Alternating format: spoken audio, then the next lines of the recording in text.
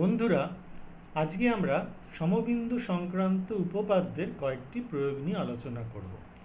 খুব ইম্পর্ট্যান্ট প্রয়োগ এগুলো, পরীক্ষাতে প্রচুর আসে। বিভিন্ন স্কুলের যদি প্রশ্ন তোমরা দেখো তাহলে দেখবে এই প্রশ্নগুলো কিন্তু খুব কমন। ঠিক আছে, এগুলো আমরা একটু আলোচনা করছি। প্রথম প্রশ্ন আমি বোর্ডে লিখব। বলছে 1 নম্বর দিয়ে ত্রিভুজ এ বি সি এর এডি বিই ও সিএফ তিনটি মধ্যমা। আমি লিখছি প্রশ্নটা, ঠিক আছে। প্রমাণ করো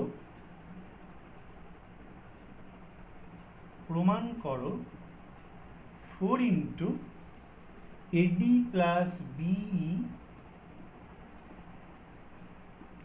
CF is greater than 3 into AB plus BC plus C. ঠিক আছে, আমরা এখান থেকে খুব ইম্পর্টেন্ট প্রমাণ এটা, যে ত্রিভুজ এবিসি এর এডি বিই এবং সিএফ তিনটি মধ্যমা।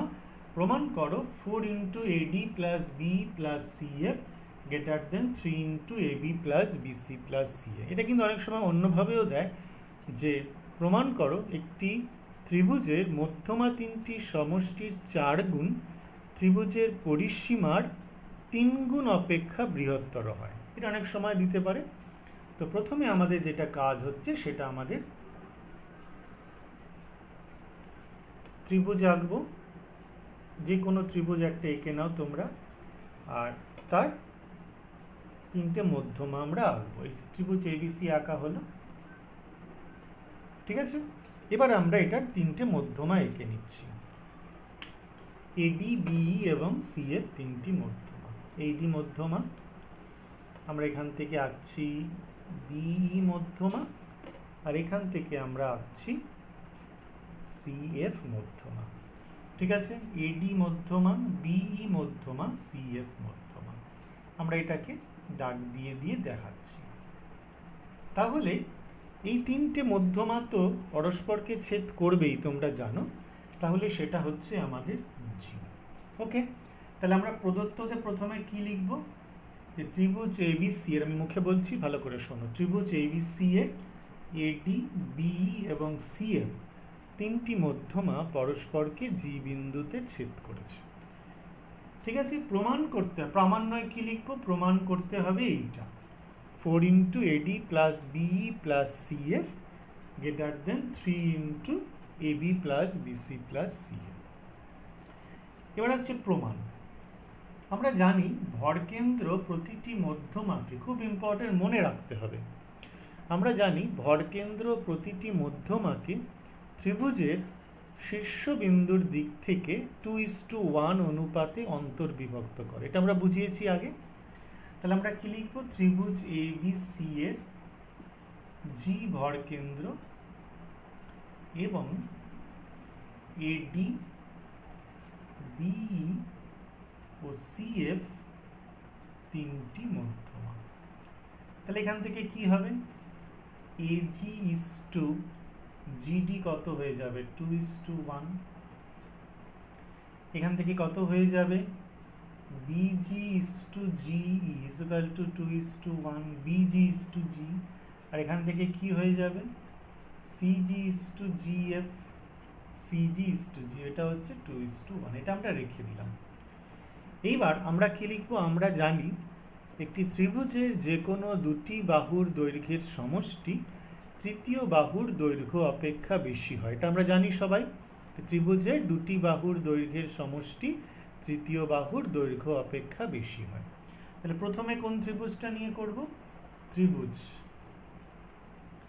এ জি বি এর, ত্রিভুজ এ জি বি এর। দেখো ভালো করে, ত্রিভুজ এ জি বি এর কি লিখব?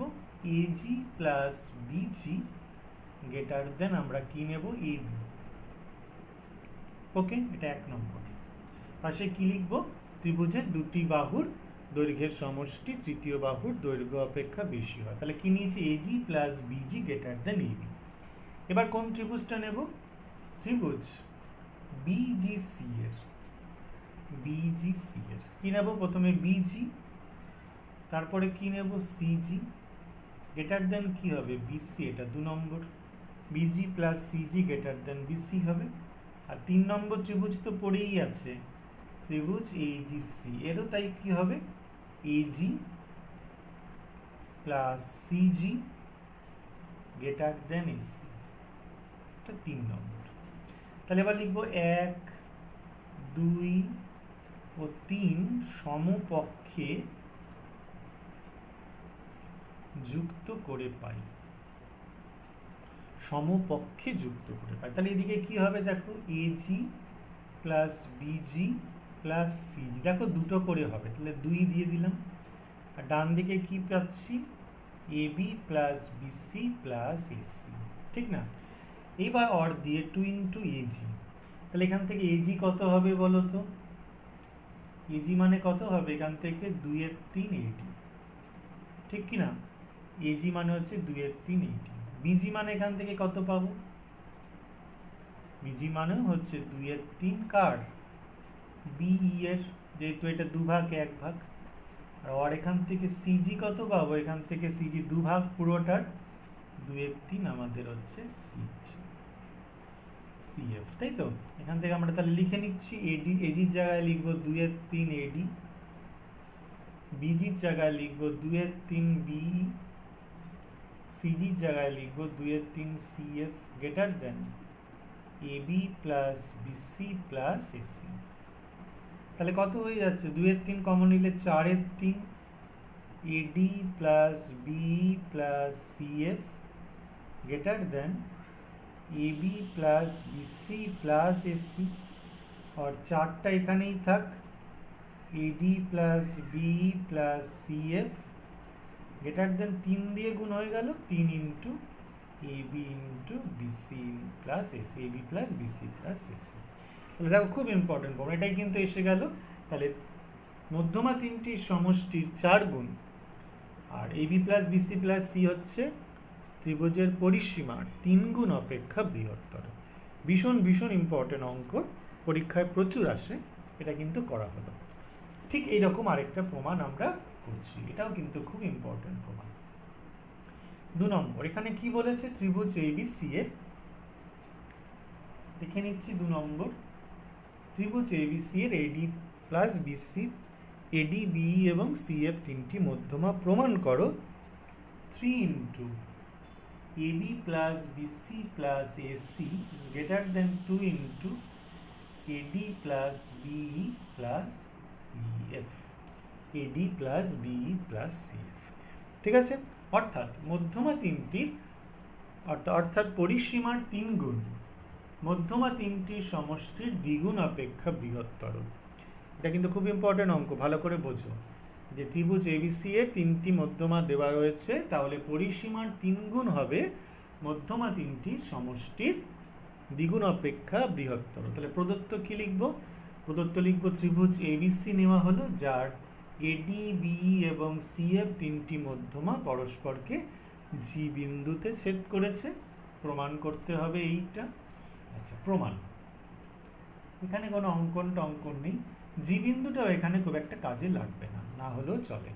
তাহলে কি লিখবো? আমরা জানি যে ত্রিভুজের যে কোনো দুটি বাহুর দৈর্ঘ্যের সমষ্টি তৃতীয় বাহুর দৈর্ঘ্য অপেক্ষা বেশি হয়।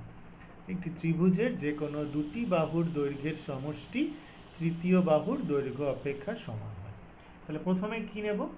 ত্রিভুজ এ বি ডি এর, তাহলে করে বোঝো ত্রিভুজ এ বি ডি এর আমরা নিয়ে নিচ্ছি AB plus BD greater than AD, কোনো অসুবিধা নেই। AB plus BD greater than AD, এটা 1 নম্বর। আর ত্রিভুজ এসিডি এর পাশের ত্রিভুজটাও নিচ্ছি এসিডি এর, এই দুটো প্রমাণ কিন্তু মনে রাখতে হবে। এসিডি ত্রিভুজের কি এসসি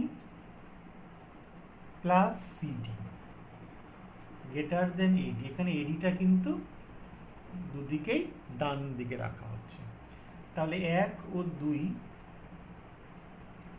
সমপক্ষে যুক্ত করে পাওয়া যায়।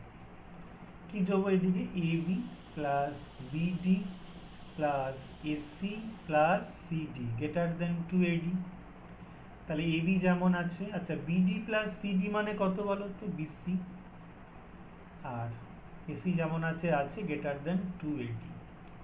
3 নম্বর, তাহলে আমরা এখান থেকে কি পেলাম? এটা হচ্ছে AB plus BC plus AC মানে কি? পরিসীমা। একটি ত্রিভুজের পরিসীমা, অর্থাৎ ত্রিভুজের পরিসীমা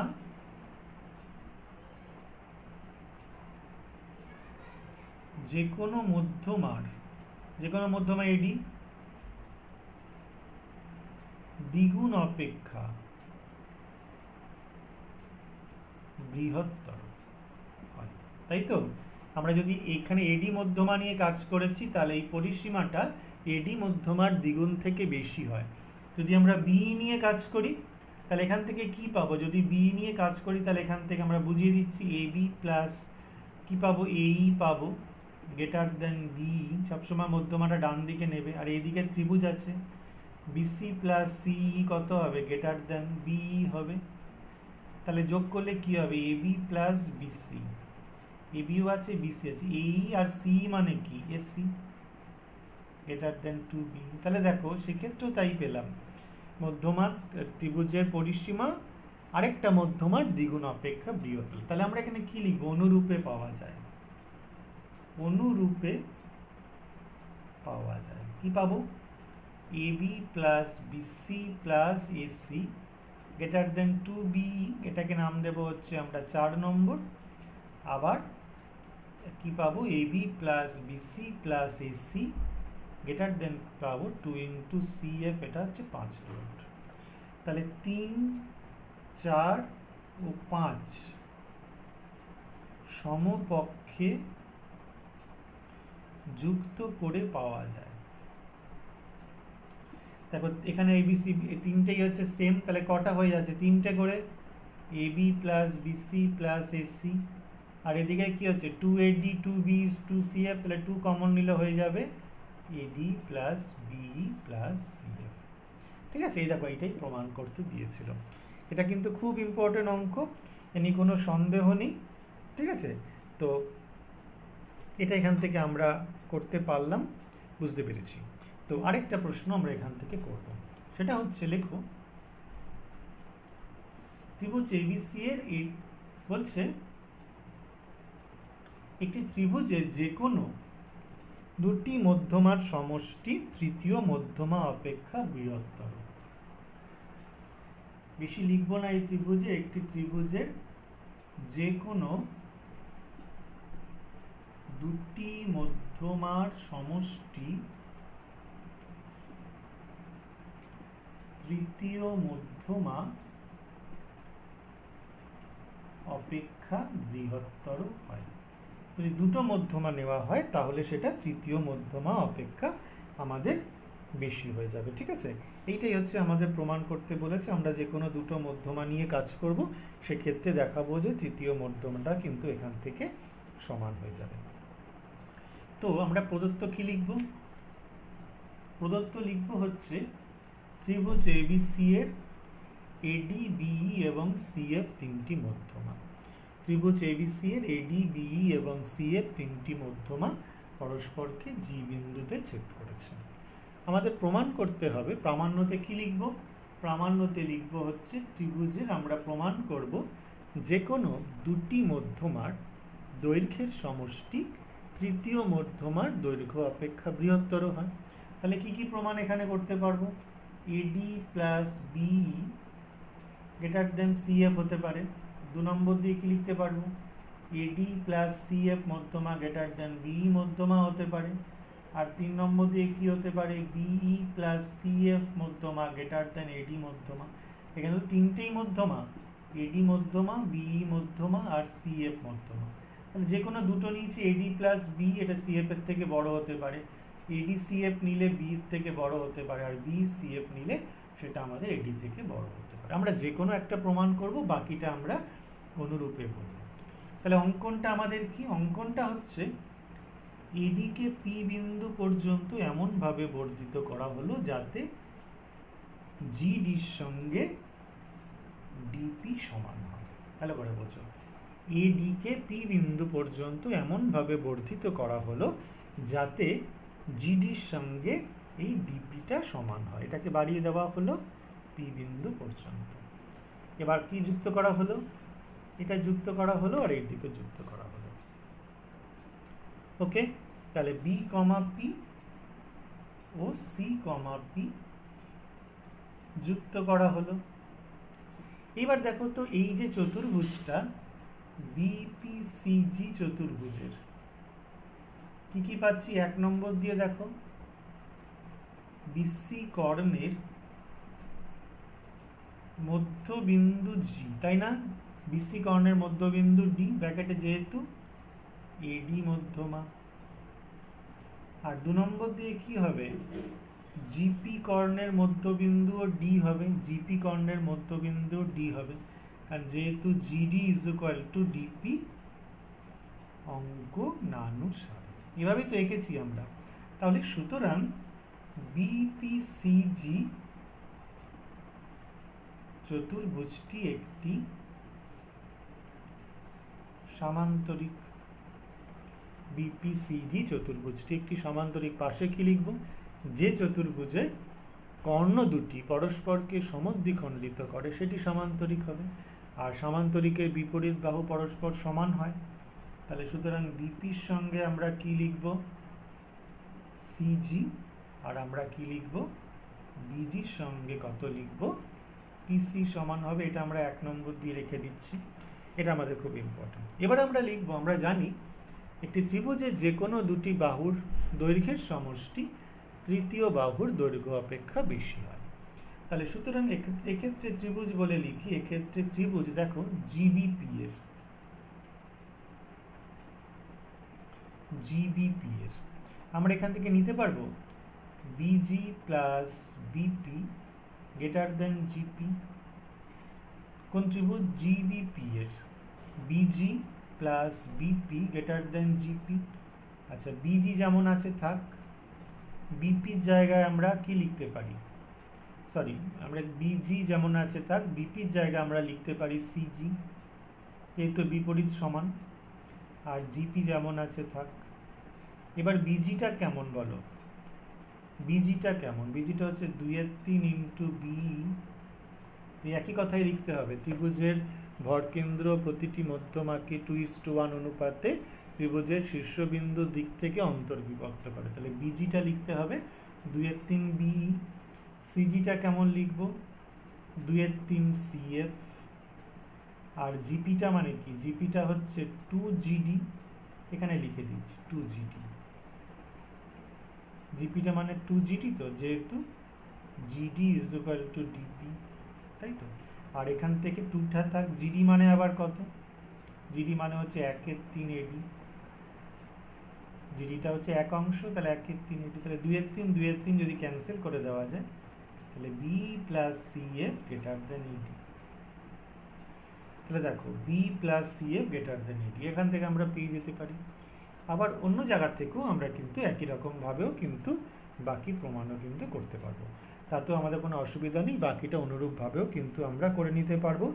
তো তোমরা চেষ্টা করে দেখো বাকি দুটো প্রমাণ কি করে আমরা এখান থেকে আনতে পারি, সেটা কিন্তু তোমাদের উপর নির্ভর করছে।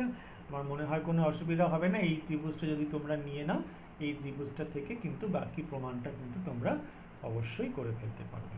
ঠিক আছে, আমরা দেখব যে এই বাকি প্রমাণ দুটো তোমরা কিভাবে করেছো সেটা আমি দেখব। আমি করে দিলাম না, আমি শুধু বলে দিলাম এই ত্রিভুজটা নিয়ে তোমরা করতে পারো আর এই ত্রিভুজটা নিয়েও তোমরা করতে পারো।